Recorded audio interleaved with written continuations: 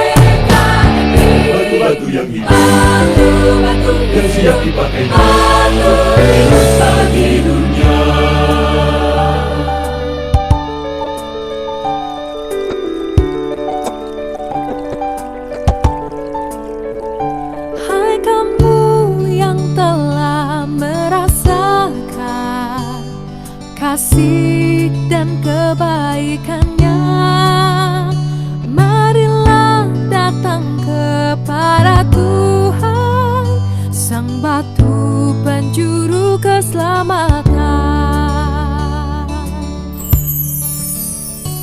GKMI bergerak dan berdampak bagi kemuliaan Tuhan. Ku bangga sebagai GKMI, ku hidup bergerak dan berdampak.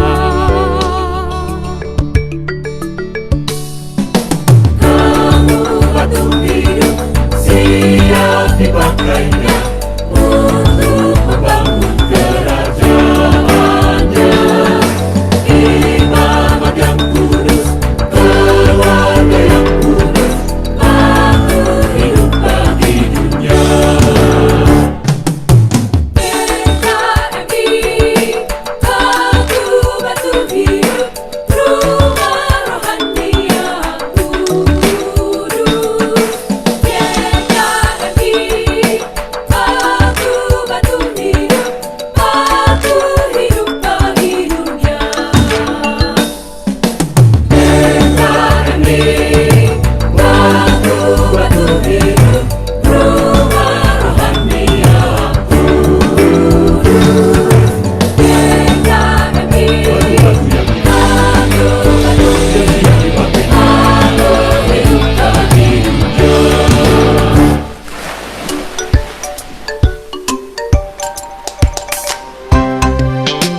Lakukan yang Yesus ajarkan, melayani dan mengasihi, mengabarkan firman kebenaran, mengampuni, itu GKMI.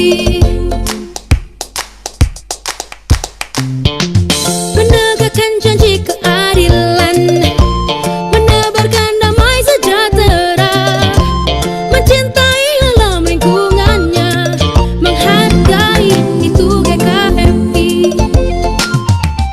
Yes! GKMI membawa damai, aku cinta GKMI.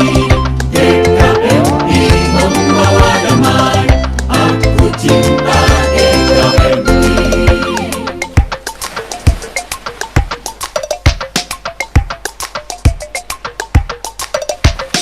GKMI,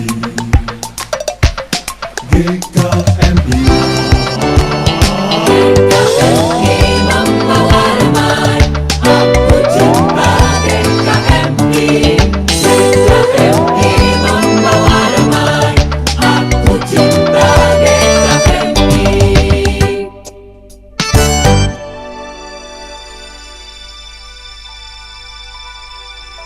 Ya, selamat malam Bapak, Ibu, dan Saudara sekalian. Senang sekali bisa bertemu kembali di acara Bible Talk pada hari Kamis ini. Dan di tanggal 17 Juni 2021 kita akan mengadakan acara Bible Talk selama 2 jam dari jam 7 malam sampai jam 9 malam. Topik kita sangat menarik hari ini, yakni Hafruta. Ini topik adalah pengembangan dari 2 Kamis yang lalu ketika kita bicara soal mentoring dalam pemuridan di jemaat, maka muncullah Hafruta ini sebagai salah satu metode atau pola yang ada di dalam Alkitab, yang ada dikerjakan oleh umat Tuhan sejak zaman Perjanjian Lama hingga zaman Tuhan Yesus. Dan ini sangat menarik untuk kita dalami lebih. Bukan sebagai teori, tetapi dalam prakteknya. Sebab gereja adalah komunitas dan gereja adalah sharing kehidupan, transferring, transformasi bahkan kehidupan. Dan karena itu perlu keteladanan, pembimbingan, mentoring, dan bahkan pengajaran dalam pola interaksi yang sangat hidup, sangat indah walaupun nampak seperti perdebatan. Tetapi itulah pola pembelajaran, kita ditantang untuk terus berpikir, kita ditantang untuk menggali lebih dalam lagi dan lebih dalam lagi. Pada malam hari ini kita nanti akan belajar bersama-sama dengan Pak Lukito yang adalah Direktur Percetakan Alkitab dan juga dengan Pak Yulianto Sulistiono yang dari Abalov yang nanti juga akan sharing serta mempresentasikan poin-poin apa sih dalam komunitas pemuridan berpolakan persahabatan itu. Kita akan dalami secara terbuka pada malam hari ini dengan berbagai macam contoh-contoh prakteknya dan bagaimana pola interaksi yang harus dibangun tahap demi tahap ke depan. Kita sangat bersyukur karena kedua narasumber ini adalah praktisi, mereka adalah bagian dari tubuh Kristus, komunitas yang hidup, yang melakukan pemuridan dan sebagaimana perintah Tuhan sendiri. Kita sangat bersyukur karena mereka bisa bergabung dengan kita. Tentu terbuka bagi kita semua untuk bisa mengikutinya. Kita juga bisa mengikutinya bukan hanya lewat Zoom ini, tetapi setelah Zoom ini atau pada saat yang sama bahkan direkam dan disampaikan secara live streaming lewat YouTube. Rekaman bisa dibagikan kepada teman-teman yang lain yang ingin memperdalam atau mungkin ada beberapa bagian yang terlewatkan dan ingin didengar lagi, silakan. Karena itu sebelum kita mulai, Pak Erwin nanti akan memimpin kita dalam satu pujian. Sebelum kita mulai, mari kita bersama-sama menghadap kepada Tuhan. Kita serahkan, kita mohon pertolongan Tuhan yang adalah Roh Kudus yang hadir bersama dengan kita di semua tempat dan di rumah kita masing-masing dalam acara ini, sekiranya memimpin kita juga untuk para narasumber dapat memimpin dengan baik. Mari kita kuduskan acara Bible Talk ini dalam doa. Mari kita berdoa. Kami sungguh bersyukur Tuhan setiap kesempatan di mana kami belajar akan firman Tuhan. Pasti kami mendapat pesan Tuhan, rema Tuhan. Kami akan mengalami perubahan dan pertumbuhan. Sebab firman itu bukan sekedar bacaan atau kata-kata. Firman itu kuasa. Saat firman dibicarakan, maka Roh Kudus akan mencelikkan, mengurapi, memberikan wahyu kepada kami. Sehingga kami tergetar hati kami. Roh kami menyala-nyala. Dan kami akan belajar sesuatu yang baru dan terus baru.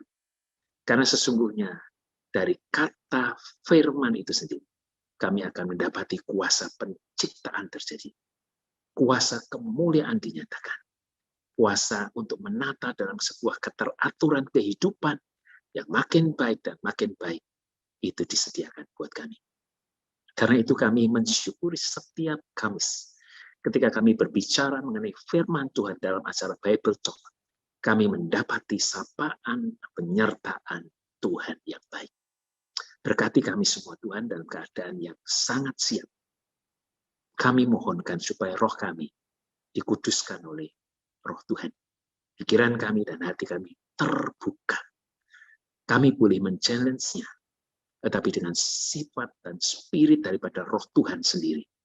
Yakni kami akan terus belajar memperbaiki dan membaharui diri kami lebih lagi dan lebih lagi. Sehingga kami makin serupa dengan gambar Kristus. Kuduskan setiap perkataan kami. Supaya itu dari Tuhan. Supaya itu dipakai oleh Tuhan. Dalam segala kelemahan dan keterbatasan kami dipakai oleh Tuhan. Menjadi saluran berkat. Rekaman YouTube ini pun bisa didengar dan disampaikan ke banyak orang dan mendapat berkat. Karena Tuhan hadir, berkenan, dan memberkati acara kami. Kami kuduskan di dalam nama Tuhan Yesus Kristus. Amin. Silakan Pak Irwin untuk bisa memimpin kita dalam satu pujian. Ya, terima kasih Pak Ade. Selamat malam semua Bapak Ibu, Pak Lugito, Pak yang akan melayani kita malam hari ini. Mari kita sebelum mendengar firman Tuhan, kita naikkan pujian yang mengingatkan kita bahwa Tuhan tidak melihat rupa, Tuhan tidak melihat fisik kita, tetapi Tuhan melihat hati yang mau taat, yaitu hati hamba. Mungkin kalau saya bisa share screen untuk liriknya atau bisa minta tolong Pak Ayus atau Bu Rika. Sudah Pak, silakan. Ya.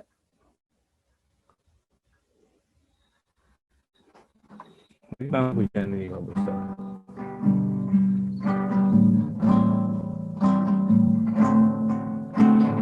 Ku tak dapat lupakan kebaikan yang ku terima, pengorbananmu yang mulia, jadikan ku berharga. Kau tulus menerima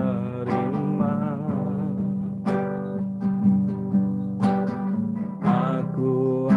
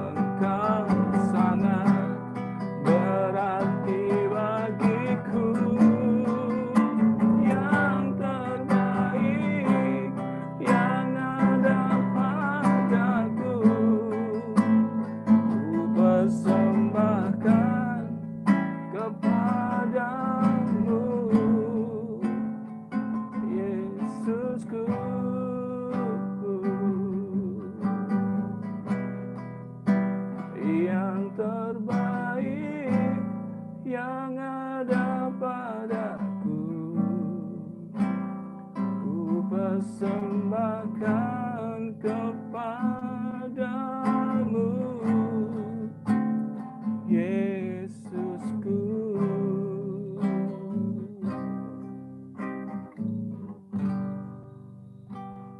Terima kasih Pak Erwin yang mengantar kepada kita yang terbaik dalam hidup kita adalah kasih Tuhan.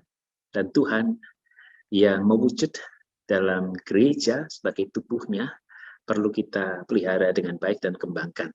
Agar gereja itu bisa menjadi gereja yang real, nyata, pengaruhnya dan dampaknya. Yang hidup, yang kudus, dan yang berkenan kepada Allah adalah bagian dalam kehidupan kita. Berbicara mengenai gereja, kita pada hari Kamis yang lalu telah belajar bersama-sama di acara Bible Talk bagaimana kuasa Tuhan yang datang melalui Roh Kudus-Nya, maka orang-orang yang menerima karunia Roh Kudus itu punya keberanian yang luar biasa untuk menyatakan Injil, menyerukan siapa Yesus Kristus itu. Dan ketika Yesus Kristus diberitakan, nama Yesus itu dinyatakan, maka orang-orang tergetar, tertempelak hatinya. Lalu bertanya, apa yang harus kami lakukan? Maka mereka memberi diri mereka dibaptis. Dan orang-orang itu menerima curahan Roh Kudus. 3.000 orang menerima karunia Roh Kudus. Maka kehidupan mereka mengalami perubahan. Mereka bukan hanya menjadi orang yang mendengar saja, tapi mereka mulai belajar akan firman Tuhan, mengenal lebih dalam siapa Yesus, dan juga mengubah pola hidup mereka dalam sebuah persekutuan. Ada kemuridan dan pemuridan terjadi di sana. Nah, pola-pola ini yang kita belajar dari Alkitab bisa juga kita terapkan dalam kehidupan kita. Tentu dengan pertolongan Roh Kudus. Gereja harus memulai kegerakan-kegerakan itu. Gereja harus membangun persekutuan. Dan gereja harus belajar seorang terhadap yang lain akan pengalaman-pengalaman iman yang baru. Dan karena itulah kita ada pada malam hari itu belajar bersama-sama akan pengalaman-pengalaman iman itu. Seperti orang yang haus untuk melihat bahwa firman Tuhan dinyatakan untuk sebagian orang yang ada di sini dan yang ada di sana. Dan kita saling mendengar, saling memperlengkapi. Lalu kita ada bersama dengan kita, Pak Julianto juga ada bersama dengan kita, tentu akan men-sharingkan pengalaman-pengalaman keindahan bersekutu dengan firman Tuhan. Dan pengalaman-pengalaman tertransformasi hidup bersama dengan kemuridan dan proses-proses pemuridan itu sendiri. Mari kita undang Pak Lukito dan Pak Yulianto untuk memperkenalkan diri terlebih dahulu.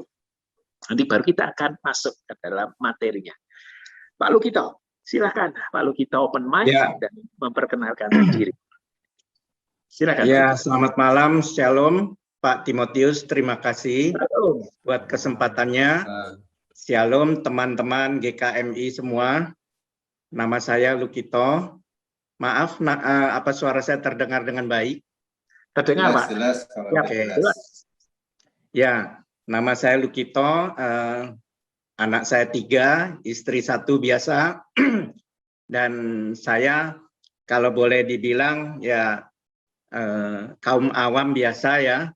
Cuman kami memang saya biasa hidup di dalam yang kita namakan hafruta atau kompak. Jadi saya selalu menjalankan bagaimana hafruta dan kompak itu berfungsi, bagaimana kita menghidupi semua pelayanan-pelayanan. Artinya di dalam hafruta yang memang cuma 3-4 orang, kami bisa melakukan beraneka ragam pelayanan seperti apa yang Yesus lakukan pada waktu itu. Ya, itu perkenalan saya. Terima kasih buat kesempatan yang diberikan buat malam ini. Silakan teman saya Julianto. Silakan Pak Yulianto untuk memperkenalkan diri juga. Ya, terima kasih. Suara saya kedengar, teman-teman? Siap, kedengaran. Ya, puji Tuhan. Saya Julianto. Saya punya anak 2, sama istri 1, sudah cukup. Dan tadi dari awal udah ngobrol sebentar sama Pak Pendeta Timotius ya. Jadi memang lulusan mana? UKSB. Jurusan apa? Teknik Elektro. Ya memang ini ya. Tuhan itu dahsyat gitu. Bisa pakai apapun jurusannya. Pokoknya yang penting niat, yang penting hati gitu kan. Ya, jadi seperti Pak Lukito tadi juga sekilas bahas, kita kembali lagi aja gitu, sama apa yang tertulis gitu kan. Dari Alkitab, meskipun beda jurusan, beda latar belakang, tapi Alkitab nulisnya apa? Nah, itulah yang setelah Alkitab nulisnya apa, wis rasa duyang-uyang lah. Tinggal just do it, lakukan aja. Pokoknya mantep percaya sama firman Tuhan. Ya, sekilas itu aja pengalaman saya. Silahkan saya kembalikan ke Bapak Moderator. Ya, terima kasih Pak Julianto dan Pak Lukito. Kita hari ini narasumbernya menyebut dirinya adalah orang-orang awam. Tentu istilah klerus dan awam memang istilah yang kerap kali dipakai untuk pembedaan. Kalau klerus itu para pendeta, sekolah teologia, bergelar Master of Theology atau sarjana teologi, lalu pelayanan di ordinansi, lalu ditahbiskan menjadi pendeta, maka mereka disebut kelasnya klerus. Sementara orang-orang jemaat disebut awam. Tahukah kita bahwa di dalam Tuhan sesungguhnya kita semuanya sama. Karunia Roh Kudus awal mula diberikan kalau kita bicara soal klerus dan awam, itu justru kepada orang-orang yang disebut awam. Bukan ahli-ahli Taurat, orang-orang Farisi, atau dari sekolah mazhab tertentu Hillel misalnya, tetapi bukan kepada Petrus dan teman-temannya. Ketika kegerakan itu terjadi, ribuan orang itu adalah orang-orang yang disebut awam. Gereja yang disebut kongregasi atau kongregasional adalah bermuara dari orang-orang awam. Sekarang yang membedakan bukan gelar pendidikannya, yang menggerakkan adalah Roh Kudus. Dan gereja itu kalau digerakkan oleh Roh Kudus dan semua umat itu saling belajar dan menjadi pembelajar, tadi disebutkan tentang hafruta, nanti akan dijelaskan oleh Pak Lukito apa itu hafruta, Pak Yulianto nanti akan mempertegasnya. Maka kita semua hari ini mencoba diri menjadi semua orang awam, semua haus, semua mau belajar. Gitu ya kira-kira. Silakan Pak Lukito terlebih dahulu atau Pak Yulianto monggo untuk menjelaskan hafruta konsepnya sekaligus penerapannya. Nanti kita bisa berdiskusi di sana sih. Monggo silakan. Pak, ini saya bisa sharing nggak ya? Bisa, nanti minta Rika untuk bisa Pak Yulianto maupun Pak Lukito dijadikan co-host. Julianto mau dibantu. Pak TAD, maaf ini ada background suara-suara di background, bisa dimatikan nggak ini? Oke, silakan Pak Yulianto atau Pak Lukito mau share screen, silakan.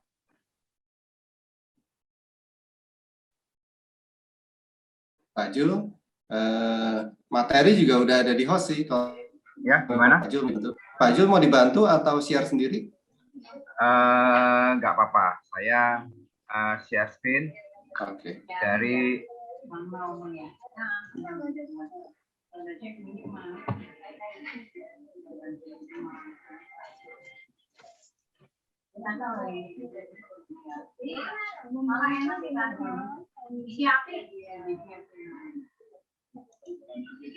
kelihatan nggak, teman-teman? Kelihatan, Pak. Ya. Cuma di full screen aja gitu, Pak ya. Satu halaman. Oke, bentar ya. Saya full screen-nya dulu.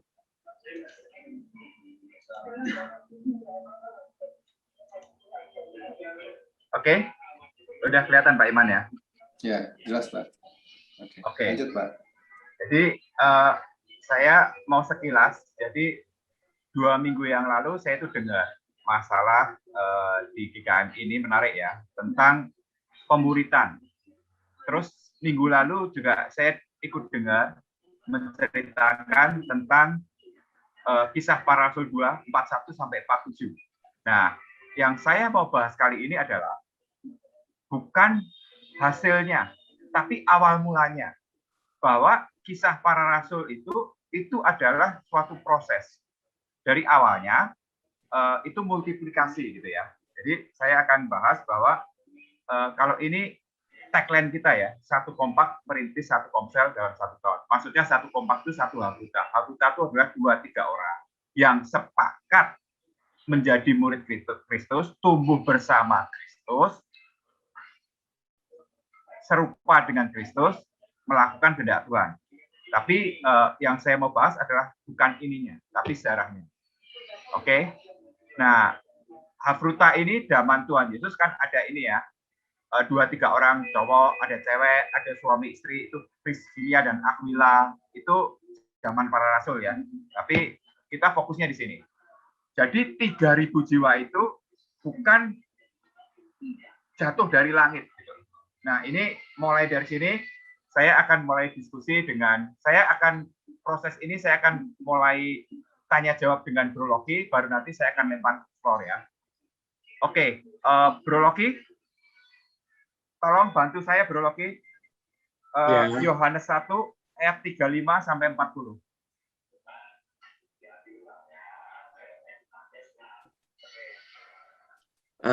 Yohanes 1 ayat 35 sampai dengan 40. Pada keesokan harinya Yohanes berdiri di situ pula dengan 2 orang muridnya. Dan ketika ia melihat Yesus lewat, ia berkata, "Lihatlah anak domba Allah." Kedua murid itu mendengar apa yang dikatakannya itu, lalu mereka pergi mengikut Yesus. Tetapi Yesus menoleh ke belakang, ia melihat bahwa mereka mengikut dia, lalu berkata kepada mereka, "Apakah yang kau cari?" Kata mereka kepadanya, "Rabi, di manakah engkau tinggal?" Ia berkata kepada mereka, "Marilah, dan kamu akan melihatnya." Mereka pun datang dan melihat di mana ia tinggal. Dan hari itu mereka tinggal bersama-sama dengan dia, waktu itu kira-kira pukul 4. Salah seorang dari keduanya yang mendengar perkataan Yohanes lalu mengikut Yesus adalah Andreas, saudara Simon Petrus. Amin.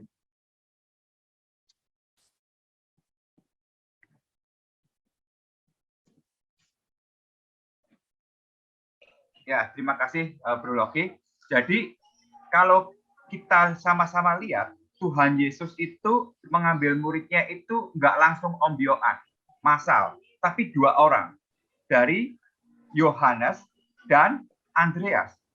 Sepasang ini yang sudah menjadi murid Yohanes Pembaptis.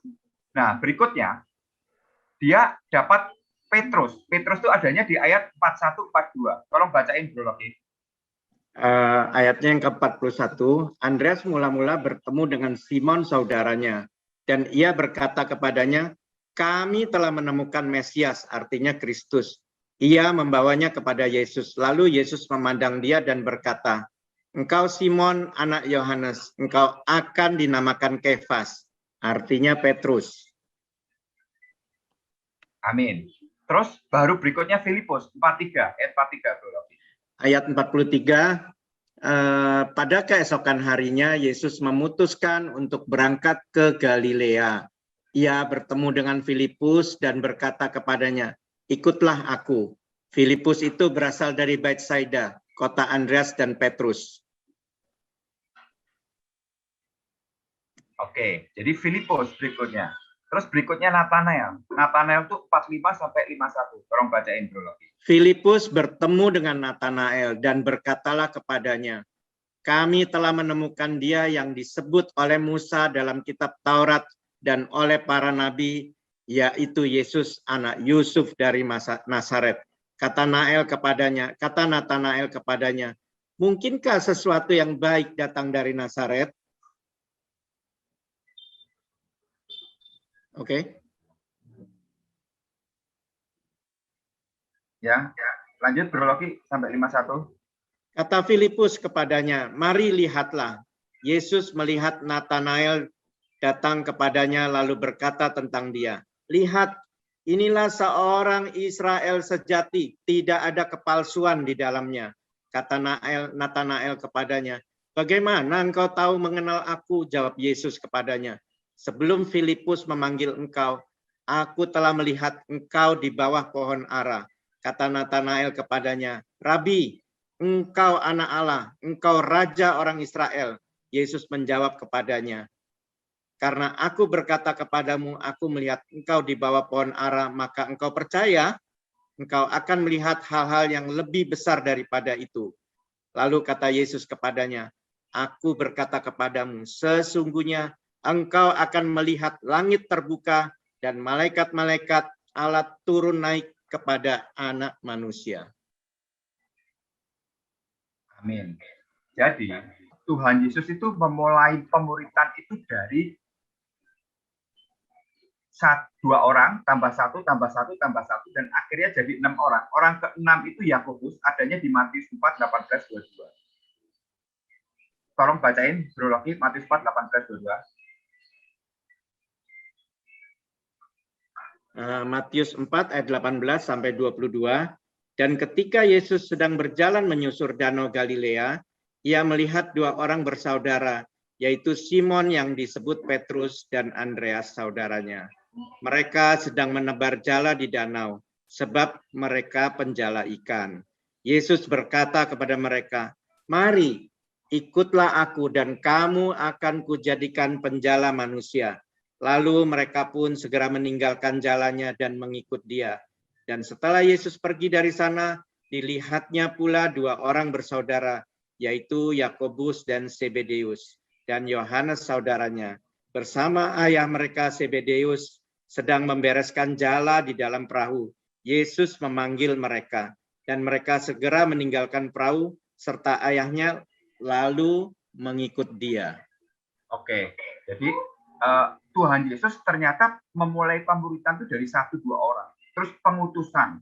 Setelah di Matius 10, ini genap 12 murid diutus.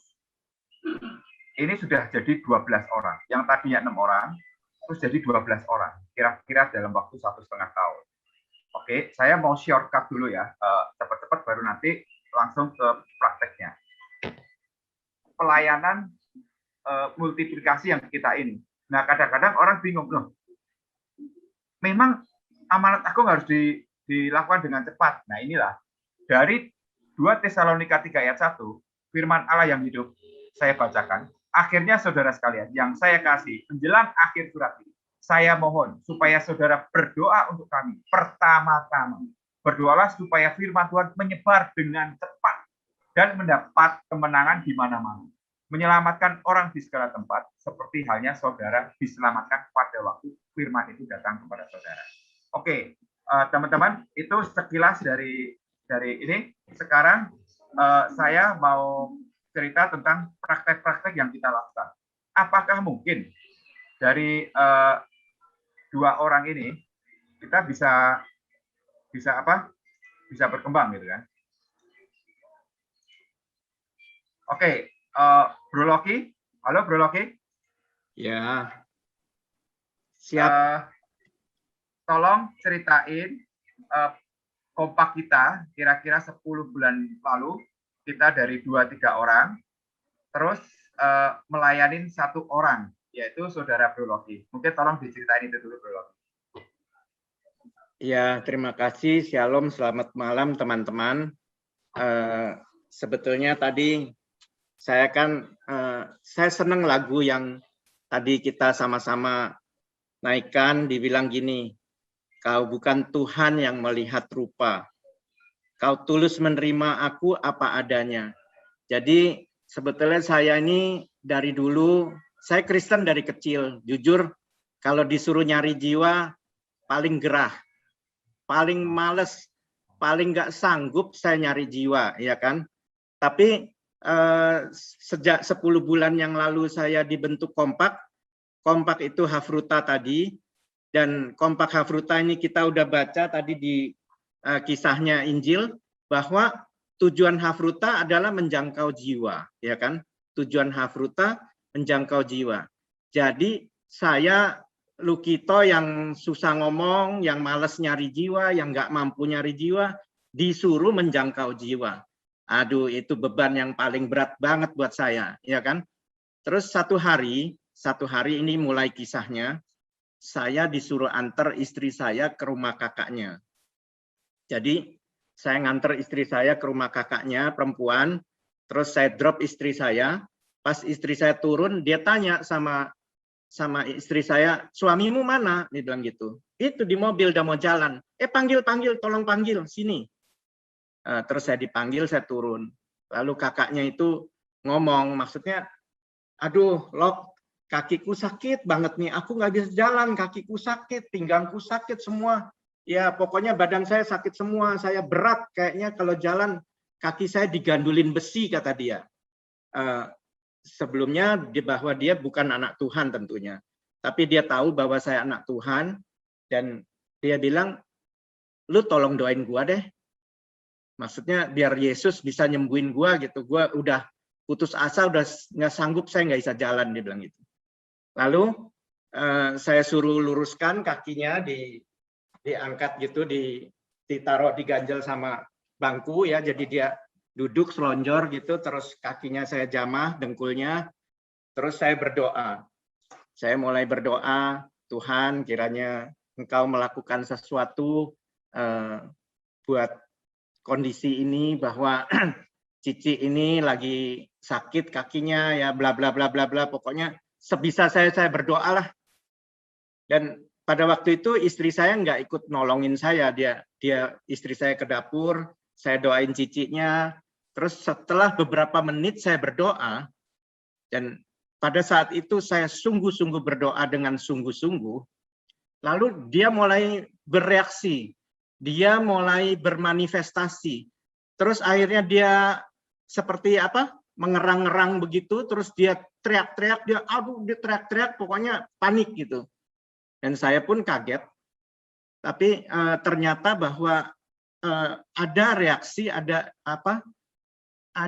reaksi dari satu kuasa gelap, karena dia memang bukan anak Tuhan. Jadi ketika kita doakan di dalam nama Yesus, saya katakan di dalam nama Yesus sembuh dalam nama Yesus. Yang ada bukan sembuh, setannya berontak. Dia teriak-teriak, terus dia berontak, terus dia manifest, terus matanya mendelik-delik, terus saya dipelototin begini. Saya bilang, saya kan orang awam ya, saya nggak biasa doain kelepasan orang gitu, saya nggak biasa inner healing sama orang. Terus ini saya mesti apain gitu kan? Sembari panik saya bilang, istriku saya panggil, tolong dong, yuk doain sama-sama, kita doain. Istri saya bukannya tambah dekat, karena dia takut, dia tambah jauh, tambah lari jauh. Saya bilang, ini mati dah, aku sendirian. Pokoknya saya nggak ngerti apa-apa ya kan. Orang Jawa bilang, pecah gesang derek Gusti. Ya, pokoknya saya tergantung Tuhan aja pokoknya ya. Saya tolak dalam nama Yesus, kau setan keluar semua, saya bilang gitu. Kuasa gelap, roh jahat, setan keluar sekarang juga. Terus yang terjadi apa saudara? Ya kan, terus dia reaksi. Makin lama makin keras reaksinya. Terus akhirnya setelah setengah jam dia mereda terus saya lega ya. Saya sendirian, setannya kalah nih ya. Karena aku mengandalkan Yesus, setannya kalah. Terus dia reda, terus saya ambilin minum, saya kasih minum air hangat ya kan. Kasih minum air hangat, terus dia mulai berdiri. Dia mulai jalan. Dan dia bilang gini, terima kasih ya, kamu doain saya. Maksudnya kenapa? Kakiku yang tadi berat, sekarang udah nggak berat. Nih, saya loncat-loncat nih, saya bisa jalan nih, dia bilang. Saya bisa jalan, saya bisa loncat-loncat. Itu Tuhan Yesus lu dahsyat banget ya, dia bilang katanya. Itu luar biasa saudara, baru pertama kali saya doain orang langsung sembuh tuh saudara. Percaya nggak orang model kayak Lukito kayak gini, doain orang mujizat terjadi langsung sembuh, setannya keluar semua, ya kan? Dalam satu waktu setannya keluar semua, saya usir keluar dalam nama Yesus tentunya. Pecah gesang nderek Gusti, ya kan? Jadi saya sangat mengandalkan Tuhan, dan sejak saat itu dia bilang gini, sebetulnya gua ini dosa, saya orang berdosa, karena dia kan latar belakang bukan Kristen, suaminya bukan Kristen, keluarga besarnya bukan Kristen, dan dia ada rindu mau terima Yesus, tapi belum bisa karena keluarganya nggak suka kekristenan, ya. Dan dia bilang, suamiku udah 5 tahun meninggal, jadi sekarang hari ini juga kamu doain saya bagaimana saya mau terima Yesus, bagaimana saya bisa terima Yesus, dan saya mau belajar, gua mau belajar agama lu, dia bilang. Dia kan bahasanya gitu. Yang penting gimana caranya gua belajar agama lu. Mulai hari ini Gue udah berdosa sama Tuhan. Gue mau terima Yesus dari dulu nggak bisa-bisa. Hari ini juga gue mau belajar agama lu ajarin gue. Begitu Bro Jul, kisah saya. Oke, terima kasih Bro Loki. Jadi saudara-saudara, setelah itu kita layani bersama-sama 2-3 orang bahkan dikeroyok. Jadi kalau 2 minggu yang lalu kita dapat, saya nonton ya, itu dari YouTube-nya, bahwa ada survei di Amerika, kalau satu suster rawat 3 orang, 5 tahun nggak ada yang meninggal. Satu suster rawat 12 orang, 2 tahun 37% lebih dikit meninggal. Nah ini pelayanan kita ini, 2-3 orang sepakat bersama Kristus, tumbuh bersama Kristus. Ini jadi jiwa baru tadi dikeroyok. Jadi susternya bukan cuma 1 lawan 3, kebalik. Susternya 3 orang, 4 orang, rawat 1 jiwa baru. Luar biasa. Jadi begitu masuk, kita apa? Kalau pembelajarannya itu, kalau mainstream mungkin sebutnya katekisasi. Dasar-dasar kekristenan. Bahwa kita udah berdosa. Kita diselamatkan karena kasih karunia Tuhan. Kita dilahirkan kembali. Diberi hati baru, roh baru. Terus kita ada jaminan keselamatan. Terus baptisan. Terus hidup dalam keluarga Allah. Kita intim dengan Bapa, gitu kan. Kita layani, jadi dikeroyok. Susternya bukan 1, tapi susternya 3-4 orang. 2-3 orang, 4 orang. Pasiennya mung siji.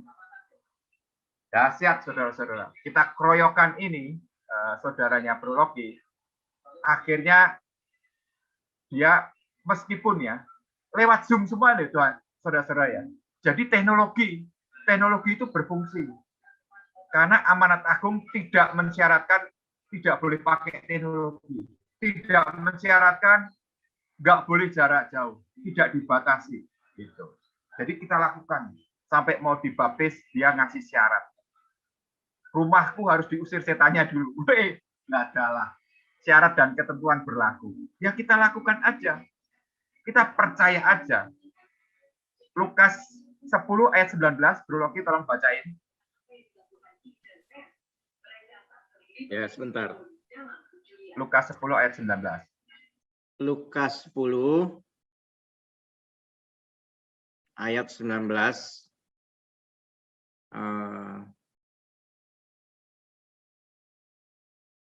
Sesungguhnya aku telah memberikan kuasa kepada kamu untuk menginjak ular dan kalajengking, dan kuasa menahan kekuatan musuh, sehingga tidak ada yang akan membahayakan kamu.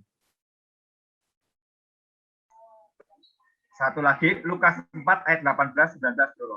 Lukas 4 ayat 18-19. Lukas 4 ayat 18 dan 19. Roh Tuhan ada padaku, oleh sebab Ia telah mengurapi aku untuk menyampaikan kabar baik kepada orang-orang miskin, dan Ia telah mengutus aku untuk memberitakan pembebasan kepada orang-orang tawanan dan penglihatan bagi orang buta, untuk membebaskan orang yang tertindas, untuk memberitahukan tahun rahmat Tuhan. Ya, amin, saudara-saudara. Jadi kita layanilah. Sebagian di onsite, di tempat lokasi rumahnya, sebagian siasu. Dan Tuhan bekerja, rumahnya bisa dibersihkan. Karena kita percaya gitu kan. Terus masih ragu-ragu lagi. Dibaptis gimana? Ini lagi COVID. Ya, saya cuma bacain ayatnya ya, saudara-saudara. Itu Markus ya.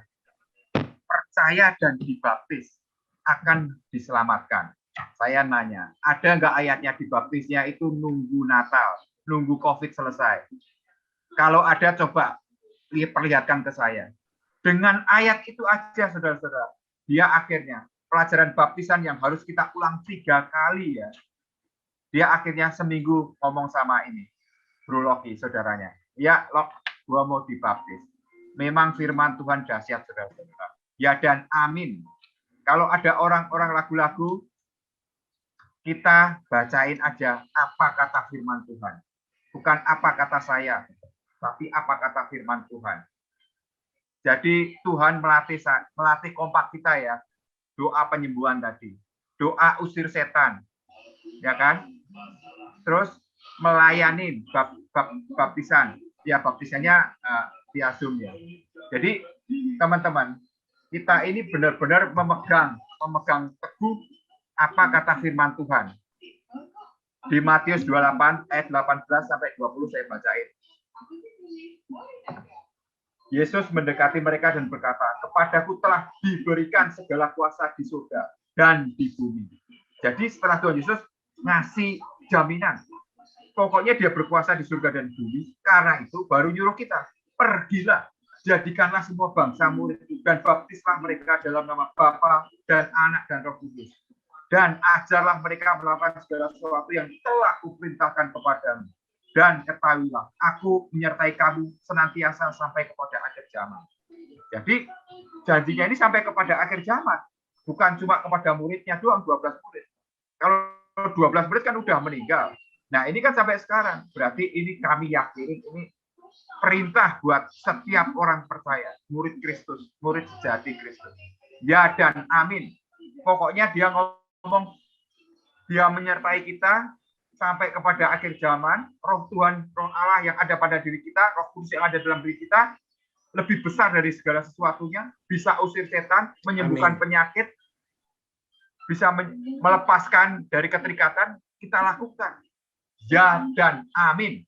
Pokoknya kita nggak pakai logika. Apa kata firman Tuhan? Pokoknya yes, ketes-ketes. Just do it. Nah, mungkin sebelum kita melanjutkan kesaksian-kesaksian selanjutnya, saya serahkan ke Pak Iman. Mungkin bisa teman-teman yang lain supaya nggak ngantuk ini. Silakan, boleh nanya yang gampang-gampang aja. Ben orang ngantuk, tombol ngantuk, woi. Sing angel-angel biarkan ke Bapak Pendeta. Pak Timo. Oke, silakan Pak Iman. Pak Timo yang mengarahkan kali Pak. Ya.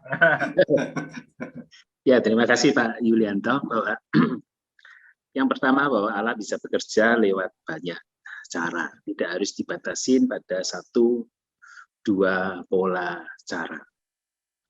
Yang kedua adalah firman Tuhan itu berkuasa.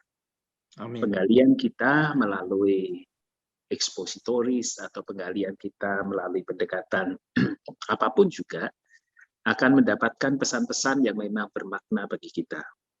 Kadang-kadang untuk sebagian orang kita bisa mempergunakan 1-2 bagian dari ayat yang berbicara banget kepada kita sebagai landasan kegerakan kita.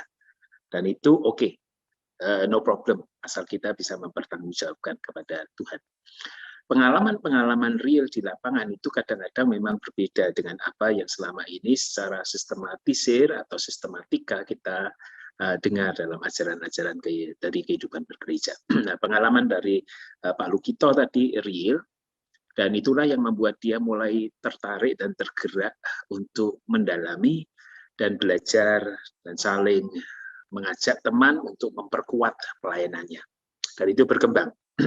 Lalu diperkuat oleh Pak Yulianto dengan berbagai macam skema-skema yang dia pelajari dari Injil untuk sebuah kegerakan dan keyakinan bahwa memang itulah cara kerja Tuhan.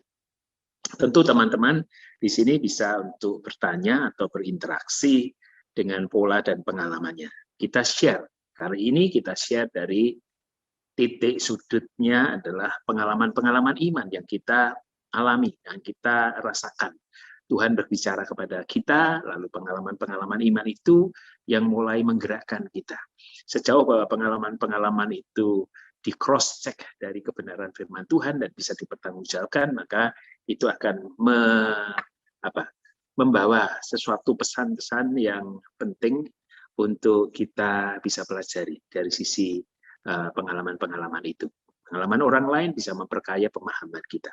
Pemahaman kita bisa mempertajam pengalaman-pengalaman yang lain juga. Monggo silakan kepada teman-teman. Di sini ada beberapa pendeta-pendeta yang juga bergabung karena acara meja ini digelar, Bible Talk ini digelar sebagai sesuatu yang dimana diskusi itu akan mempertajam kita.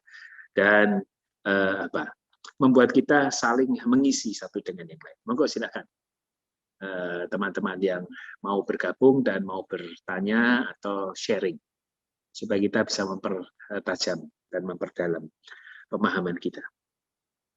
Silakan teman-teman.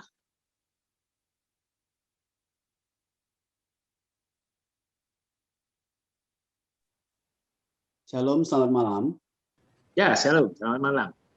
Saya Pak Sakeus dari Kalimantan. Oh ya, silakan. Ya. Balik Pak Jack, monitornya kebalik. Balik itu HP-nya kebalik. Ya, jadi saya juga memiliki pengalaman yang sama dengan Pak Loki tadi. Waktu itu juga saya baru melayani dan saya bergabung di salah satu gereja yang aliran juga Pantekosta. Dan yang mengembalakannya itu teman saya. Saya tahu juga dia orang yang ini ya, yang percaya pada pekerjaan kuasa roh. Terus satu waktu giliran saya pelayanan, setelah saya khotbah, lalu saya altar call. Saya ajak teman satu, kamu sebelah kanan, saya sebelah kiri. Kita berikan tumpangan kepada mereka semua ini. Kami berjalan berdua, dia sebelah kanan, saya sebelah kiri. Semuanya rebah. Semuanya rebah. Dan saya juga tidak tahu, saya belum pernah punya pengalaman seperti itu. Lalu setelah selesai ibadah, dipanggil saya oleh gembalanya, dan saya diskor dan tidak boleh pelayanan lagi. Itu pengalaman pertama. Lalu yang kedua, ada healing movement di puncak. Lalu kelompok yang saya layani ini, itu semuanya ada 5 orang satpam. Satpam ini tentulah mereka gagah-gagah ya, perkasa badannya. Lalu sekali ketemu dengan pemimpinnya, saya badannya kecil, pendek, Sakeus kan. Mereka pandang remeh saya, mereka pandang enteng. Sepertinya seperti bukan pemimpin mereka gitu, seperti bukan mentor mereka. Saya nggak dianggap, kadang sering share sama mereka, nggak dianggap. Lalu setelah berakhir sore, itu ada altar call. Jadi si pembicara bilang, tolong katanya mentor yang mengkoordinir yang dimentornya diberikan tumpangan tangan. Lalu sama-sama kami semua katanya berikan tumpangan tangan. Lalu diberikanlah tumpangan tangan, 5-5-nya roboh, jatuh. Mereka pucat semua. Nah, setelah itu kan selesai, share lagi kan, dibikin kelompok share lagi.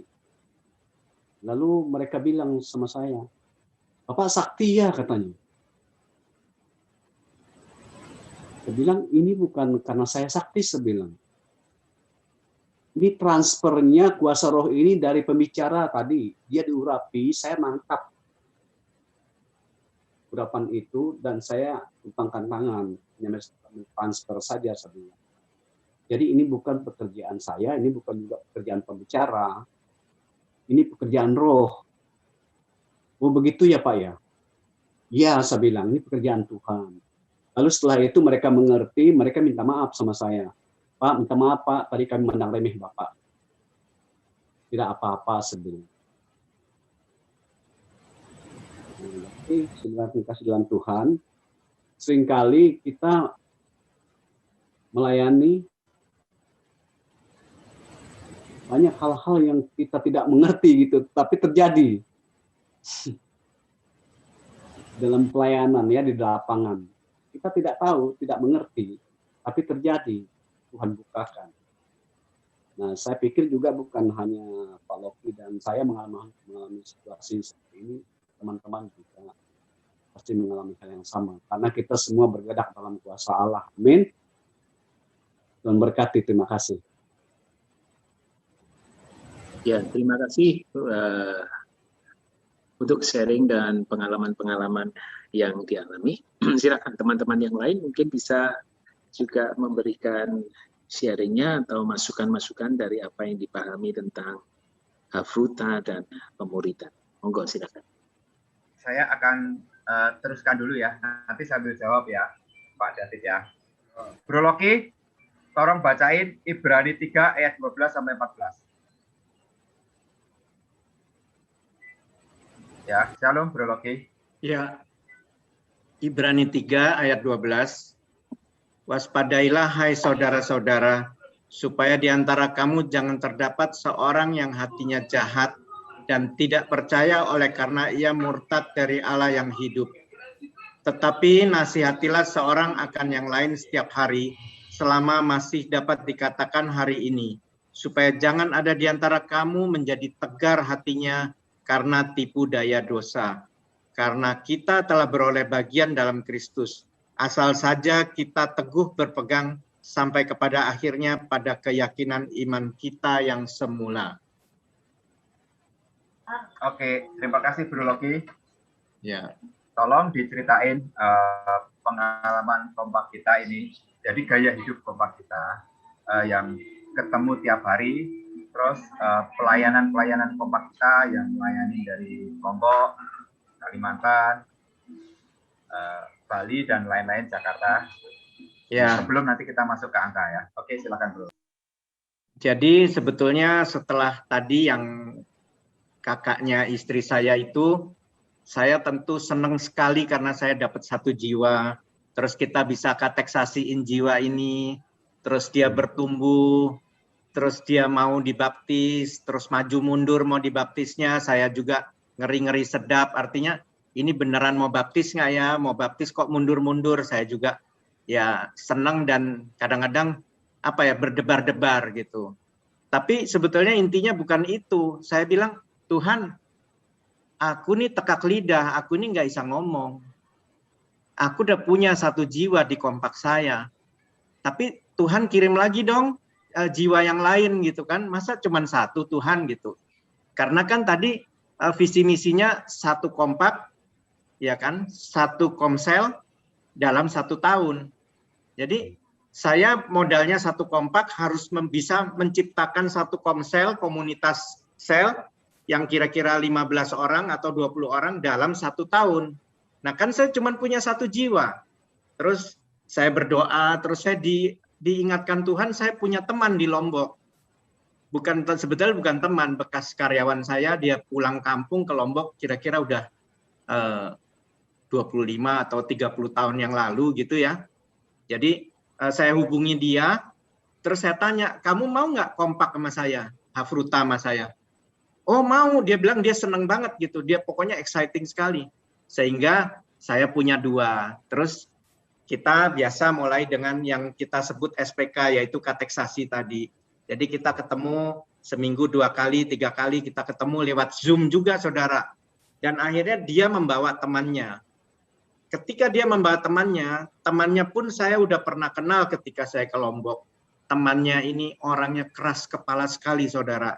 Keras kepala artinya temannya ini hobinya mabok, ya, minum, terus makan ganja, terus kehidupan malam, ya, merokok dan ya pokoknya komplit lah kerjaan laki-laki ya. Tangannya ini tato semua. Ini kiri kanan tangannya tato semua, nggak ada kosongnya, kulitnya nggak ada, tato semua. Itu saudara, preman aja takut sama dia. Bukan kita takut sama preman, tapi preman takut sama dia. Hari pertama dia gabung sama kita kateksasi, ya, kita SPK-in. Itu pelajaran kateksasi belum selesai, saudara. Ya, pelajaran kateksasi belum selesai, baru setengah, ya. Dia udah manifest lagi, udah kayaknya aku ada sesuatu nih yang berat nih, gini-gini.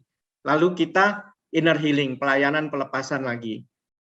Selesailah, dia bilang, gimana rasanya? Saya tanya, oh plong, dia bilang, ini benar-benar plong.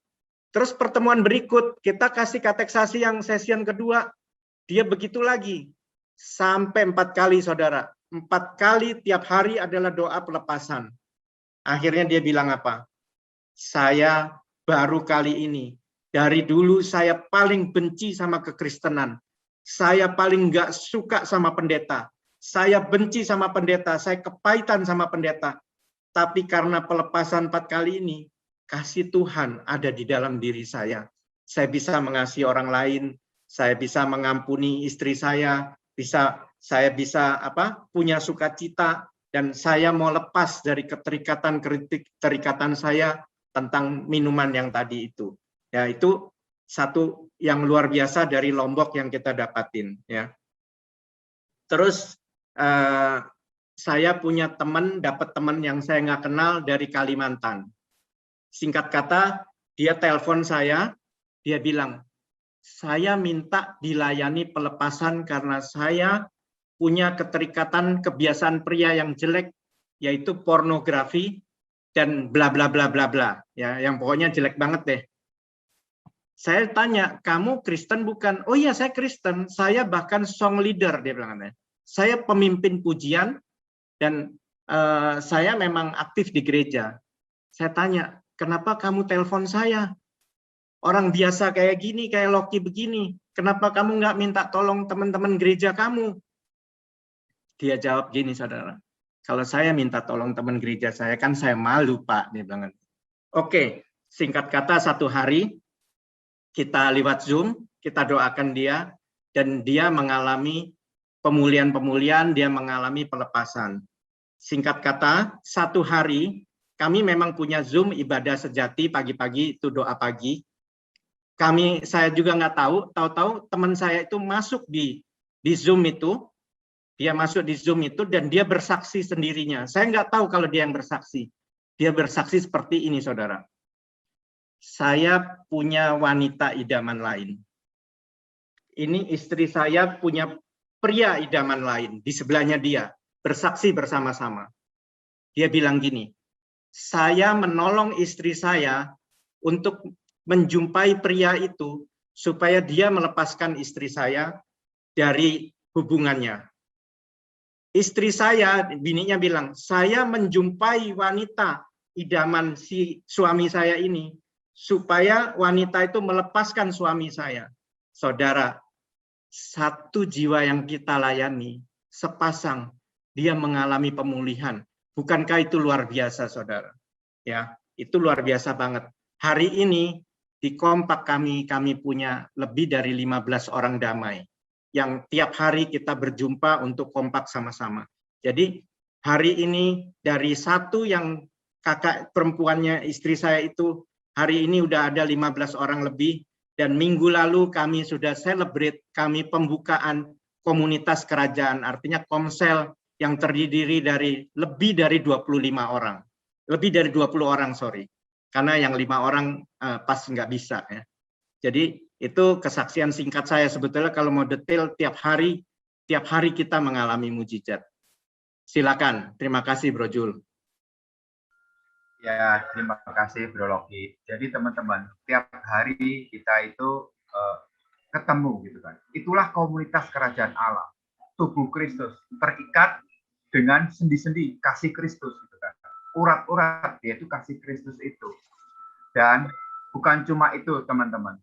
Di tengah kesibukannya Bro Loki itu ngurus trafik, banyak sekali keajaiban terjadi, mujizat terjadi.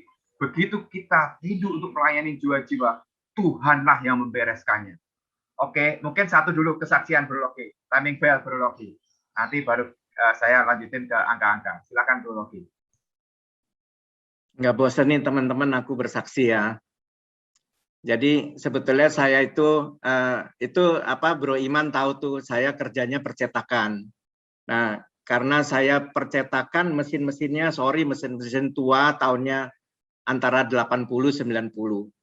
Saudara, kalau barang tua itu spare part-nya langka, ya kan? Nah, mesin saya timing belt-nya putus. Timing belt sederhana gitu kayak fan belt ya kan, bundar gini. Tapi timing belt ini ada pentol-pentolnya dan jumlahnya harus jumlah tertentu seperti yang contohnya yang putus tadi. Nah, yang jual itu biasanya di Glodok. Nah, satu hari kemarin kira-kira baru kejadian 10 hari yang lalu. Saya pergi ke Glodok, siang-siang panas terik, saya cari timing belt, saya bawa contohnya. Terus ternyata yang jual timing belt itu tokonya nggak banyak. Ya, saya udah cari di online juga nggak nemu. Jadi saya ke Glodok, yang jual timing belt tokonya hanya 3. Nah, toko 3 ini saya puterin. Saya ke sini, dia bilang suruh ke sini. Saya ke sini, dia bilang suruh ke sini. Saya ke sini nggak ada, dia suruh ke sini. Saya sini nggak ada, dia suruh ke sini. Saya ke sini, dia bilang nanti janjiin 2 jam lagi Pak, dia kabarin. Saya nunggu 2 jam nggak ada. Akhirnya saya putus asa. Saya bingung dan sungguh-sungguh saya bingung. Saya diam di tangga darurat daripada tempat jual spare part itu karena itu lantainya kan tinggi ya. Saya masuk ke tangga darurat yang nggak ada orang. Saya bingung. Saya duduk termenung. Saya nangis. Benar-benar saya nangis dan saya bilang, Tuhan, aku nggak nemu Tuhan. Kalau saya nggak nemu timing belt ini, mesin saya nggak jalan Tuhan. Aku minta tolong, saya bilang gitu.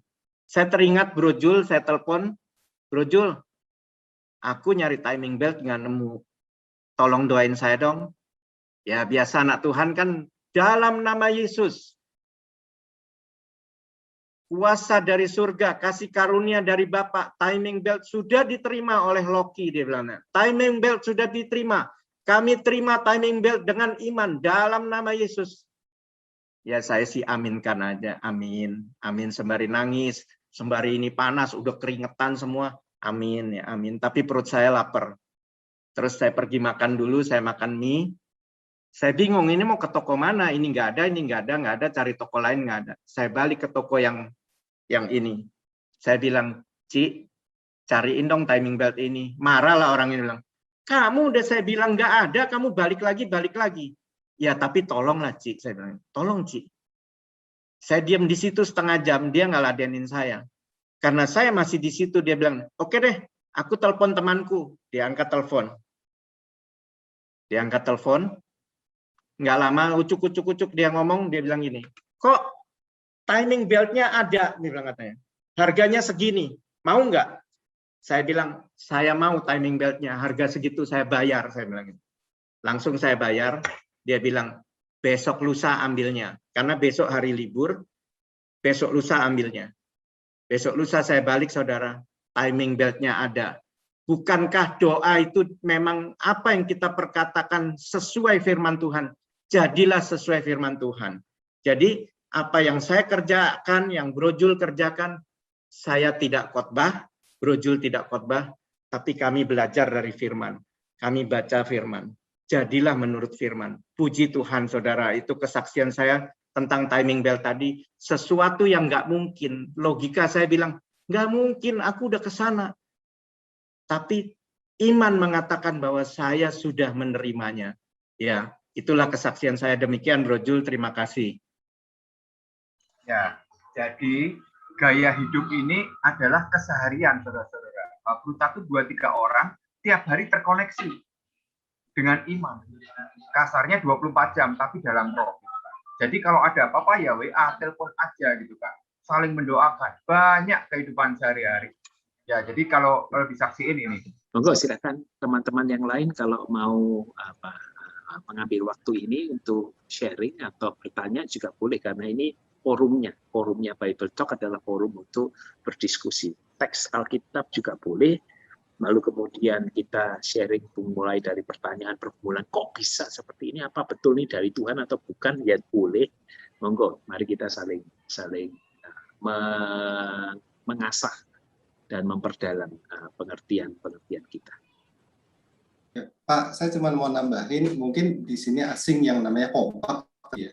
Kompak itu sebenarnya singkatan disebut dari komunitas sepakat. Komunitas sepakat itu dasarnya di Perjanjian Baru adalah jika 2-3 orang berkumpul demi namaku, bla bla bla, kan kita semua tahu ya, mintalah. Nah, kekompakan itulah yang menjadi fondasi sebetulnya.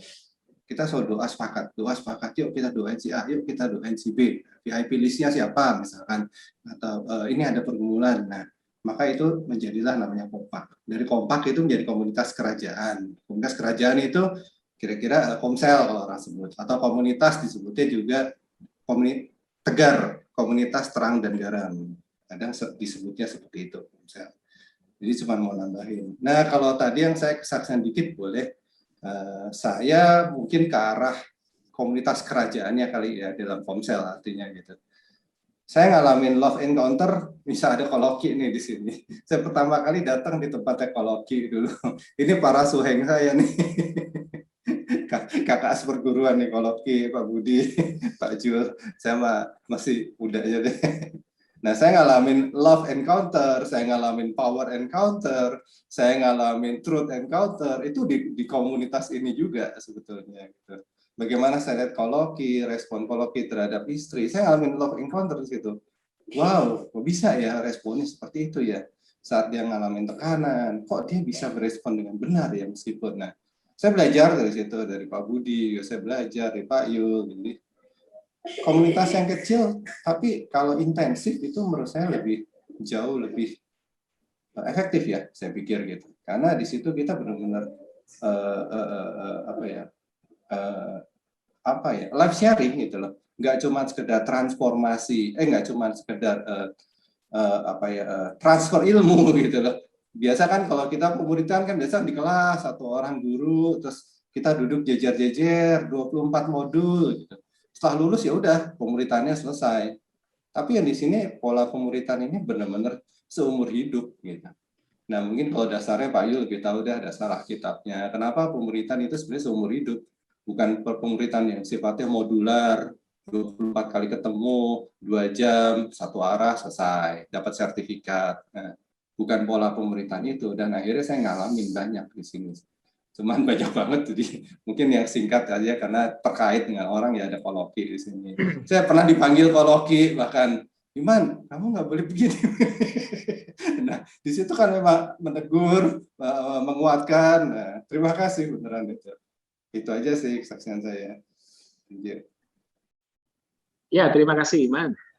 Dimas sudah membuka kamera, berarti mau bertanya atau menyampaikan sesuatu. Dimas Dilapati, silakan. Oke.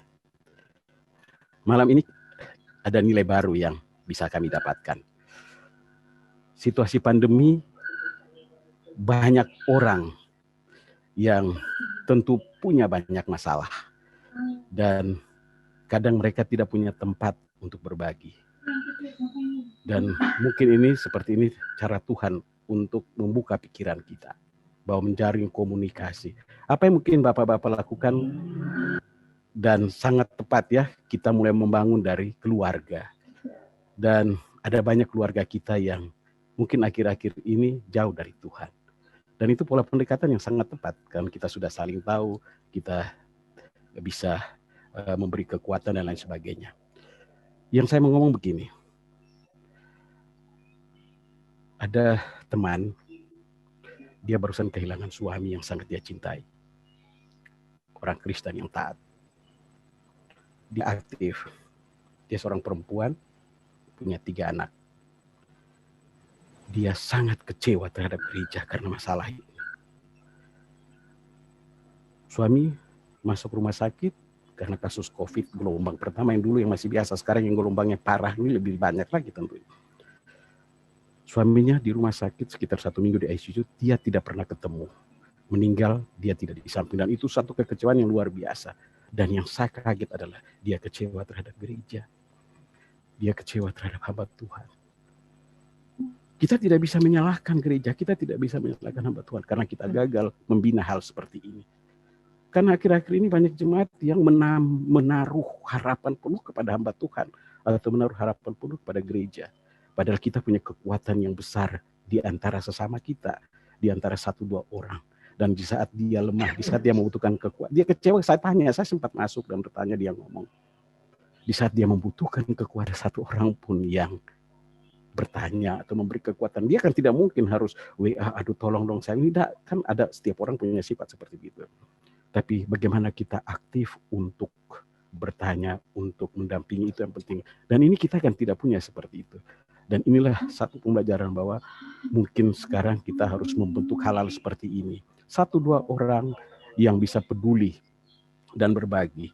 Sehingga jemaat itu tidak sepenuhnya bergantung kepada hamba Tuhannya atau kepada majelis, tetapi ada orang-orang di antara atau di dalam jemaat itu yang sudah bersepakat untuk 1-2 orang menjadi pokoknya, untuk nanti kalau ada yang punya masalah bisa saling berbagi, saling mendukung dalam doa. Wah, itu saya pikir luar biasa untuk kekuatan kita.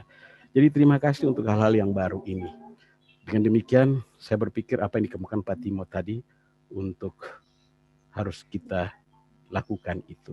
Jadi di gereja-gereja kita tuh harus ada dibentuk hal-hal seperti ini untuk yang terus saling mendekati dengan sesama jemaatnya kelompok, sehingga ada hal yang perlu berbagi, kita saling memberi informasi, kita saling mendoakan, dan itu luar biasa tentunya punya kekuatan. Karena kita yakin bahwa mujizat-mujizat apapun, mujizat itu kecil ataupun besar, pasti terus terjadi. Dan itu kuasa Tuhan, kuasa Roh, tidak bisa dibatasi dengan apapun. Hanya itu Pak Timo. Ya, terima kasih Pak Dimas. Sengaja malam hari ini kita mengundang Iman, Pak Loki, Pak Yul bersama-sama dengan kita karena ada satu hal yang menarik sesungguhnya. Ada banyak gereja, ada banyak hamba Tuhan yang merasa kelelahan dalam pelayanan karena mereka melakukannya sendiri. Bahkan ketika mereka melakukan sendiri, mereka banyak dievaluasi, kurang dapat menjangkau akan banyak umatnya, apalagi di tengah-tengah masa pandemi seperti ini. Kenapa kita mengundang Bro Loki dan Bro Jul untuk sharing? Karena ternyata perlu juga ada pola-pola yang baru yang harus dikembangkan oleh gereja. Saya berbicara demikian adalah gereja GKMI tentunya. Dengan memberdayakan dan mengembangkan pola pendampingan umat, pendampingan yang disebut sebagai QAM, untuk bisa ikut bersama-sama melayani. Lengkapilah mereka, dampingi, dan muridkan agar bisa memuridkan orang lain. Nah, gerakan itu, motivasi itu, kekuatan itu jauh lebih besar ketika umat itu bergerak. Kita tadi sudah mendengar kisah cerita mereka, bahwa mereka punya hati dan mereka betul-betul mendampingi. Pak Budianto bisa didampingi sedemikian rupa. Mungkin Pak Loki tadi, Bro Loki juga menceritakan temannya yang di luar pulau bisa didoakan dan banyak orang. Nah, artinya Tuhan bisa datangkan dan Tuhan bisa kembangkan kegerakan itu justru mulai dari umat. Dari pola model Hafruta ini, 2-3 orang bersama-sama untuk hadir, saling menguatkan, saling berdoa, maka kegerakan itu terjadi. Pilar-pilar itu terbagi dan itu akan menjadikan gereja mengalami perubahan besar. Sentralitas dengan banking system tidak lagi pola, dan memang bukan itu pola di zaman Tuhan Yesus. Kiranya kita perlu mengembalikan pola-pola itu. Mungkin kita khawatir, sebagian orang mungkin khawatir bahwa pengalaman-pengalaman iman itu terlalu subjektif dan uncontrolled. Bisa jadi keliru penafsiran. Bisa jadi kurang dalam pemahaman. Tetapi poin itu justru akan lebih mudah untuk tertangani oleh hamba Tuhan ketimbang membiarkan tidak ada gerak yang terjadi. Gerak itu akan mempertajam satu dengan yang lain. Pendalaman dan pengalaman itu harus beriring sejalan, sehingga kita bisa merasakan betapa perjanjian baru dan konteks gereja mula-mula itu terjadi lagi. Ini saya katakan begini, Petrus dan murid-murid yang lain itu adalah orang-orang awam yang bergerak dari pengalaman. Tetapi ada Rasul Paulus yang bergerak dari pengajaran. Dan itu menjadi penyeimbang yang bagus sekali di gereja, terjadi kegerakan pertumbuhan yang luar biasa. Mungkin Petrus, Yakobus, Andreas, teman-teman yang lain itu bukan tipe teolog yang bisa mengemas, menafsir, menghubungkan dengan perjanjian lama, antara satu kitab dengan kitab yang lain, mempertajam, sehingga diskusi teologis yang mendalam seperti yang dimunculkan di kitab Roma, atau diskusi penggembalaan yang bagus sekali seperti dalam 1 dan 2 Korintus oleh Rasul Paulus. Tetapi Petrus sederhana saja mengungkapkan kisah hidupnya, dan teman-teman Yakobus dan yang lain sederhana dari pengalaman-pengalaman hidupnya. menjadikan gereja itu kaya sekali. Gereja itu saling mengkoreksi dan memperdalam dan takut kepada banyak hal karena ada kegerakan dan Roh Tuhan bergerak bersama dengan orang yang mau bergerak bersama dengan Tuhan. Jangan takut akan gerak harus A atau B. Jangan takut akan sisi-sisi yang nanti akan hilang karena akan ada Tuhan gerakkan sisi-sisi yang lain akan menutup. Sehingga semuanya ini akan terjadi kegerakan. Hamba Tuhan akan capek lelah. Dan kita akan kehilangan kegerakan momentum itu. Karena itu mari yuk kita ajaklah jemaat kita untuk bertumbuh bersama dalam kegerakan. Percayailah mereka dan beri ruang mereka untuk mengalami pengalaman-pengalaman baru, termasuk hamba Tuhannya harus mengalami pengalaman-pengalaman baru bersama dengan Tuhan juga. Ya, jangan berpatokan kepada keyakinan-keyakinan tertentu dalam tradisi ajaran, tetapi buatlah ini pengalaman baru termasuk di tengah-tengah pandemi. Pengalaman baru bersama dengan Tuhan. Yuk, silakan kita gunakan waktu yang masih sekitar 10 menit ke depan untuk bisa sharing apa yang kita dapatkan dari diskusi pada malam hari ini. Ya, halo. Tadi kan bicara tentang meninggal ya. Ada kasus yang menarik bahwa kita ini melayani bukan cuma satu, dia ditinggalkan 3 orang. Jadi sebelum ini mungkin ini, apa sih gaya hidup yang kita lakukan? Bro Loki, tolong Kisah Para Rasul 2 ayat 42 dan 46 Bro Loki.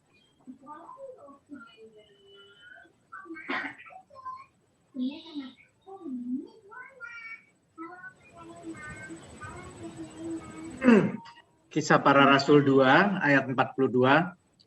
Mereka bertekun dalam pengajaran rasul-rasul dan dalam persekutuan, dan mereka selalu berkumpul untuk memecahkan roti dan berdoa. Maka ketakutanlah mereka semua, sedang rasul-rasul itu mengadakan banyak mujizat dan tanda. Dan semua orang yang telah menjadi percaya tetap bersatu, dan segala kepunyaan mereka adalah kepunyaan bersama. Dan selalu ada dari mereka yang menjual harta miliknya, lalu membagi-bagikannya kepada semua orang sesuai dengan keperluan masing-masing. Dengan bertekun dan dengan sehati mereka berkumpul tiap-tiap hari dalam bait Allah, mereka memecahkan roti di rumah masing-masing dan tulus hati. Demikian. Amin. Jadi teman-teman, kita memang belum sempurna, tapi kita punya hati, kita punya niat. Bro Loki ceritain yang kita melayani tukang ojek pangkalan, TOP, Bro Loki. Ya, teman-teman, saya punya teman satu, dia di Bekasi, dia tukang ojek pangkalan. Jadi kami punya teman orang damai, kita panggilnya orang damai. Dari yang konglomerat saya punya, tapi yang tukang ojek pangkalan yang sebatang kara saya juga punya. Jadi ini tukang ojek pangkalan pada bulan Desember dia kehilangan saudara kandungnya. Saudara kandungnya adalah pendeta. Tiap hari dia urusin bukan COVID saudara, tapi mungkin stroke begitu. Akhirnya dipanggil Tuhan. Dipanggil Tuhan, dia sangat terpukul sekali. Dia frustasi, dia down, dia putus asa.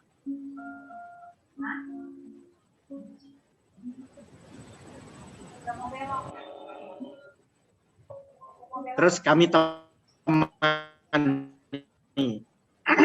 Ketika kami temani, kita juga menghibur dia. Tidak diduga, tidak disangka, istrinya kena penyakit jantung, istrinya pulang ke rumah bapak. Dia punya anak umur 10 tahun.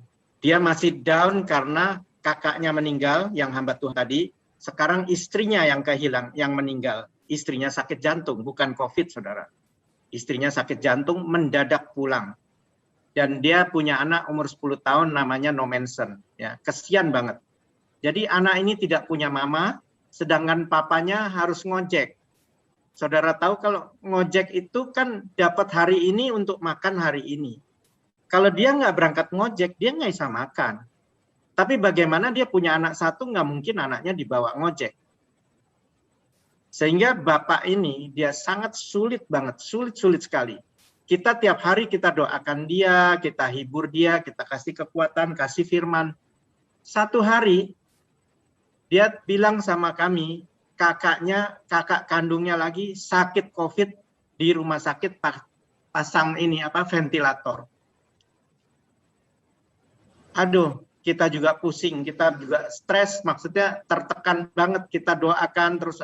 Akhirnya kakaknya pun pulang ke rumah Bapak. Jadi dia dalam 6 bulan dia kehilangan 3 anggota keluarganya dan istri terkasih. Saudara bisa bayangkan, kehilangan satu aja bisa benci sama hamba Tuhan, bisa benci sama gereja, bisa berontak sama Tuhan. Bagaimana kalau kehilangan 3 anggota keluarga dekatnya, termasuk istrinya. Dan hidup dia susah banget, dia juga uangnya pas-pasan, dan dia harus membesarkan anaknya. Hari ini dia penuh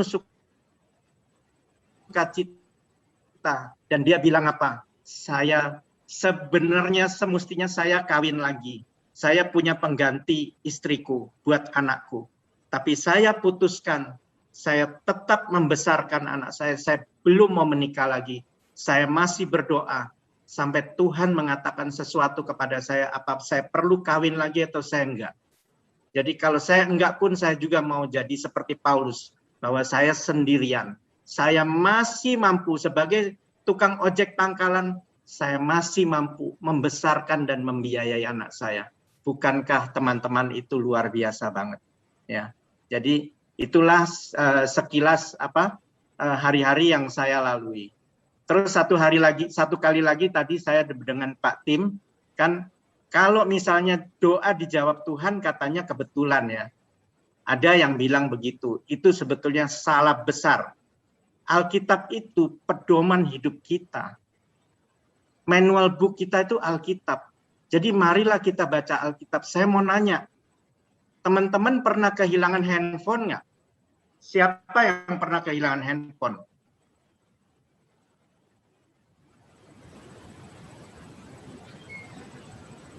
Pasti ada. Yang namanya Loki, namanya ketemu semua di tempat umum. Ada yang hilang 1 minggu pulang kembali. Pak Tim, apakah itu termasuk kebetulan? Saya bertanya, apakah handphone 6 hilang dan ketemu semua itu termasuk kebetulan juga?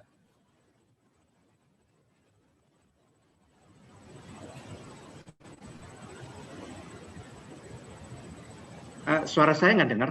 Halo? Halo? Dengar, Pak. Apakah internet saya?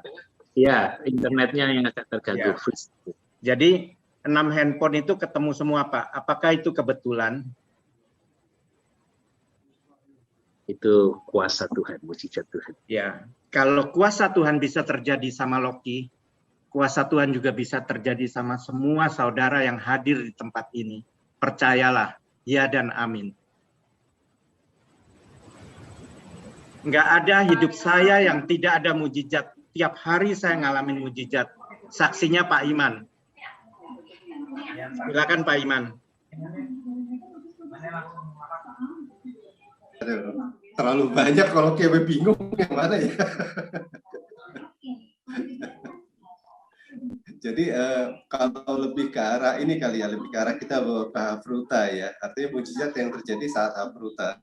Yang saya ingat malah akhirnya dia ingetin Pak Budi. Jadi Pak Budi itu ada satu penyakit ankylosing ya, Pak Budi ya, yang dimana amakoloki ya, pakai penyakit ankylosing ya, yang vonisnya dokter nggak bisa sembuhkan, tapi ya bisa bertahan sampai sekarang ya. Mungkin menurut saya itu dengan kekuatan doa ya, kekuatan doa dari teman-teman Kompak, teman-teman Komsel, itu sih yang tadi saya diingetin kalau di. Makasih. Kalau yang lain-lainnya banyak banget. Ya. Mungkin Pak Jul bisa. Halo Bro Loki, saya mau menggarisbawahi saat kita melayani preman Lombok itu detailnya gini. Kenapa dia kepahitan sama hamba Tuhan? Dia itu waktu masih belum sadar ya, dia nyobek-nyobek Alkitab, saudara-saudara. Datang ke hamba Tuhannya ngomong begini. Kalau kamu mau diampunin, kasih 1000 Alkitab gratis. Nah, Alkitab kalau sekarang 150.000 kali 1.000 ya 150 juta, pahit ya.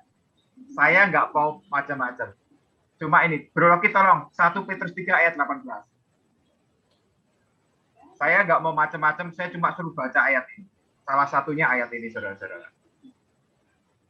Sebab juga Kristus telah mati sekali untuk segala dosa kita, Ia yang benar untuk orang yang tidak benar, supaya Ia membawa kita kepada Allah. Ia telah dibunuh dalam keadaannya sebagai manusia, tetapi yang telah dibangkitkan menurut roh. Amin. Jadi termasuk ayat terkenal, Yohanes 3 ayat 16, karena kasih karunia. Yohanes 10, 27-29. Saya tanya sama dia, ada nggak kecualinya? Kecuali dosa menyobek Alkitab. Coba baca lagi. Langsung dia, weng. Firman Tuhan bekerja. Dia breakthrough. Ada satu lagi masalah besar dia. Dia kepahitan sama orang tua, sama adiknya. Karena mengalami pengajaran besar. Kita doakan. Nah, ini sistemnya sebenarnya hipnoterapi yang diterapkan dengan firman Tuhan. Tapi kalau hipnoterapi itu umum, kita berdoa, kita percaya bahwa Tuhan itu omnipresent. Back to the heaven, kembali kejadian saat dihajar habis sama papanya. Saya bilang, dia nangis, ingat, itu kan kembali ke heaven itu dia nangis. Saya bilang, ayo buka matamu, ayo rasakan, Tuhan Yesus hadir. Wah, dia belum bisa, ayo, dengan iman, akhirnya dia bisa merasakan Tuhan Yesus. Dia digandeng, jadi dia breakthrough tentang sakit hati dengan orang tua dan adiknya. Yang pertama, dia nyobek Alkitab, pahit dengan pendeta. Yang kedua, dia pahit dengan adik dan orang tuanya.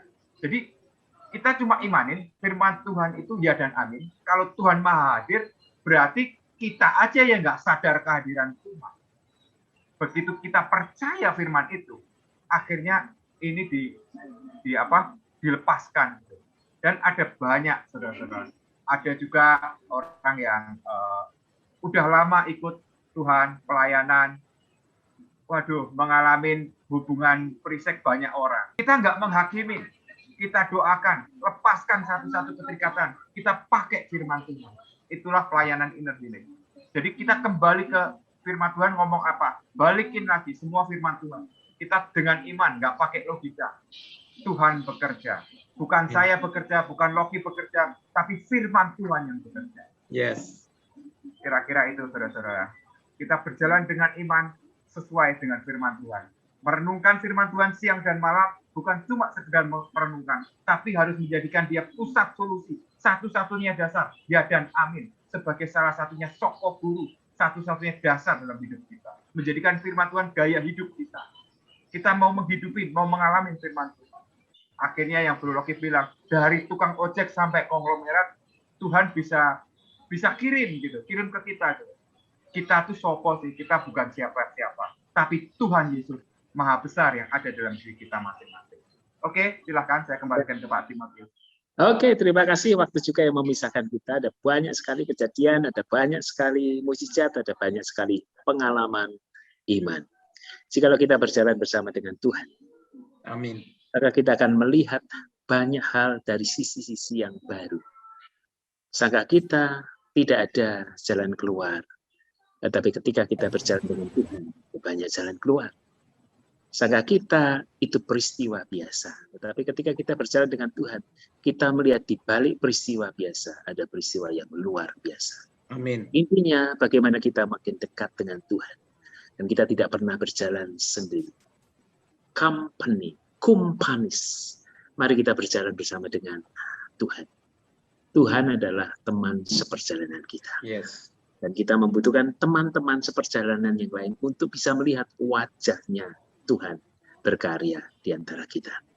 Dan ketika kita bicara soal hafruta, adalah keberanian untuk membuka diri, keberanian untuk mendengar, keberanian untuk bertatang jawab tentang teks firman Tuhan maupun teks kehidupan ini. Kita berterima kasih untuk Bang Jul yang sudah menjadi narasumber kita, mengisahkan, membacakan banyak Alkitab. Kita juga berterima kasih pada Bro Loki yang men-sharingkan banyak sekali pengalaman-pengalaman iman. Terima kasih untuk Pak Budianto, terima kasih Pak David, Dimas, dan semuanya kita. Dan hari ini kita belajar bahwa ternyata ada teks-teks lain yang hidup yang ada di seputar kita, yang bisa memperjelas akan teks yang ada di dalam Alkitab. Biarlah hidup kita menjadi teks yang dibaca oleh semua orang, sehingga orang melihat perbuatan yang baik yang kita lakukan dan memuliakan Bapa di surga. Mari kita bersama-sama mengakhiri dengan doa. Mari kita berdoa. Terima kasih Tuhan, gereja ternyata bukan organisasi. Gereja adalah kehidupan. Gereja ternyata bukan hanya soal siapa yang memimpin, tetapi gereja adalah membiarkan Roh Kudus memimpin dan bergerak bersama di antara umat. Karena itu, hari ini kami mendengarkan bahwa Roh Kudus tidak hanya berkarya di 2000 tahun yang lalu di antara para murid, tetapi juga berkarya sekarang ini di antara kami yang adalah murid-murid-Mu, yang saling memuridkan. Karena itu selama kami berjalan dalam proses kemuridan, maka firman-Mu berjanji, aku akan menyertai engkau sampai ke ujung dunia. Terima kasih Tuhan untuk sharing yang indah. Terima kasih untuk malam ini kami melihat pada sisi-sisi lain yang bukan teori, tetapi sisi praktis pengalaman-pengalaman yang ragamnya, warnanya banyak sekali. Biarlah kami memiliki hati yang terbuka untuk menginjil dan dibentuk dalam proses kemuridan di antara teman-teman yang ada. Kami bisa menjadi teman bagi orang lain. Dalam proses fruta itu, kami bisa memuridkan dan dimuridkan. Kami bersyukur dan mengakhiri Bible Talk pada malam hari ini dengan mengembalikan semuanya kepada Tuhan. Kuduskanlah hidup kami dan tetaplah tinggal roh sukacita itu di dalam diri kami. Dalam Kristus Tuhan kami berdoa. Amin. Sekali lagi terima kasih Bro Lukito, Bro Julianto. Terima kasih untuk sharing. Tuhan berkati. Tuhan berkati semua. Ya, Tuhan berkati teman-teman. Tuhan berkati Pak Iman. Berkati Pak Tim, Pak Iman. Terima kasih, Tuhan berkati. Semuanya, Pak Dimas. Berkati semua. Pak Dimas, Pak Tim, semua. Pak Erwin, Tuhan berkati. Iya, terima kasih semuanya. Pak Loki, Pak Erwin pernah datang ke rumah Pak Loki dulu. Terima kasih Pak Lukito, terima kasih Pak Yulianto, teman-teman yang lihat Pak Erwin, Pak Jekius jauh-jauh. Ya, terima kasih. Pak Alvin, Pak Darius. Ya, ini namanya kesaksian iman, kesaksian. Ya, bagus sekali hidup dalam firman Tuhan. Terima kasih. Ya, puji Tuhan. Thank you. Terima kasih kesaksiannya. Oke. Saksian yang bagus. Terima kasih. Selamat malam. Ya, malam semuanya. Selamat istirahat. Selamat Good. malam. Sampai jumpa lagi. Iya, Sampai jumpa lagi. Sampai jumpa minggu depan. Oke, good. Pak Senik ya. Bye. Oke. Terima kasih Pak Budi. Pak Budi sehat, Pak Budi. Pak Erwin. Pujiannya bagus Pak Erwin. Udah hilang dia. Live ya, saya live ya. Thank you sekali lagi. Yuk. Thank you, Pak Loki. Yuk. Oke, bye-bye. Thank you, Bro Loki. Thank you, sama-sama.